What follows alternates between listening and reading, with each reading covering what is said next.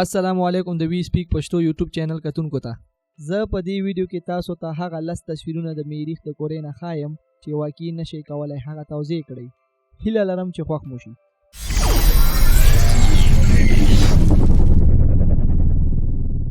لسم نمبر په کال 1986 کې فرست وایکینګ دا تصویر د میریخ نه واخیسته او ځمکې ته یې نشر کړو.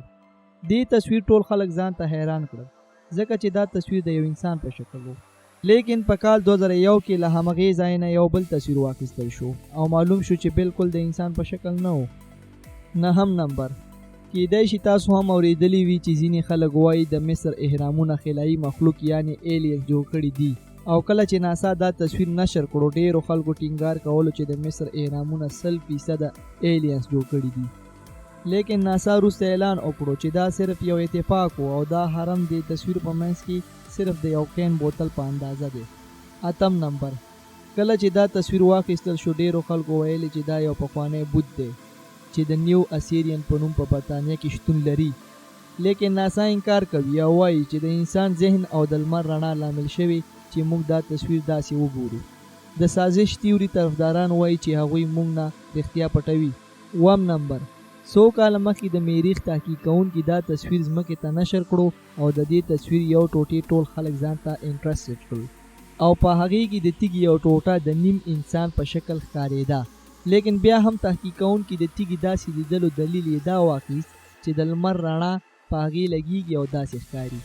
شپږم نمبر دا تصویر د میریخ تحقیق کوونکي په کال 2015 کې ځمکې ته رالیږلی و او په دې تصویر کې یو تور شی چې د خپل څلورو خواو نه فرق کوي ښکاري او د یوې مرغۍ په شکل و. او بیا هم ناسا دې خبرې سره مخالفت کوي او وایي چې د لمر رڼا او د انسان ذهن لامل کیږي چې دا تصویر داسې ولیدل شي. پنځم نمبر آیا په میریخ کې زندگی شوې ده؟ کیدای شي. کله چې دا تصویر نشر شو ډېرو خلکو د تیږې یوه برخه د ماهي په شکل ولیده خو بیا هم د ناسا تحقیق کوونکو وویل چې میریخ کې دومره اکسیجن نشته چې یو ماهي پکې دومره وده وکړي یا دومره غټ شي. څلورم نمبر په اصل کې څلورم نمبر کې دوه تصویرونه دي.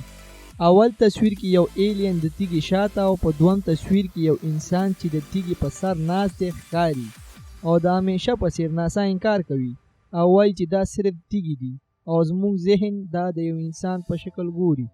دریم نمبر په کال 2012 کې ناسا دا تصویر نشر کړو او د همدې لپاره د دې نشر کولو نه پس خلکو د دې تصویر دا برخه د انګلینډ سټون هنج سره مشابه کړه او باور یې لرلو چې ایلینز د دې جوړولو کې 100% لاس لرلو او د همیشه په څیر تحقیق کوونکو دا نظریه رد کړه او د دې جوړول یې یو طبیعي پیښه وبلله.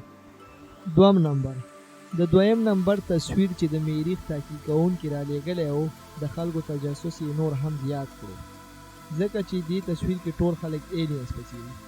لیکن په دې یو کې د یو ښځې روح د اوږدو ویښتانو سره پیدا شوی و. لیکن همیشه په څیر ناسا انکار کوي او وایي چې موږ روح په ځمکه نه قبلو څه ورسي فضا ته. دا صرف د انسان فکرونو نه جوړ شوي دي. اول نمبر او په آخر کې اول نمبر تصویر چې دا هم تجسس نه اخیستل شوی دی او قرارو چې دا د میریخ د دشتې یو ساده تصویر دی. په کال 2014 کې د دې تصویر نشر کولو نه پس د ټولو خلکو توجه د رڼا یوه برخې ته شوه.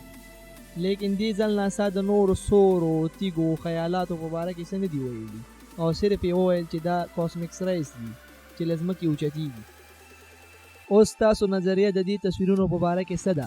آیا ناسا موږ نه رښتیا پټوي؟ ډېره مننه چې د ویډیو تر پایه پورې مو موږ سره ملګرتیا وکړه. که ویډیو مو خوښه شوي وي نو لایک، کمنټ او سبسکرایب وکړئ او که د نورو ویډیوګانو لپاره غوښتنه لرئ نو کمنټ وکړئ.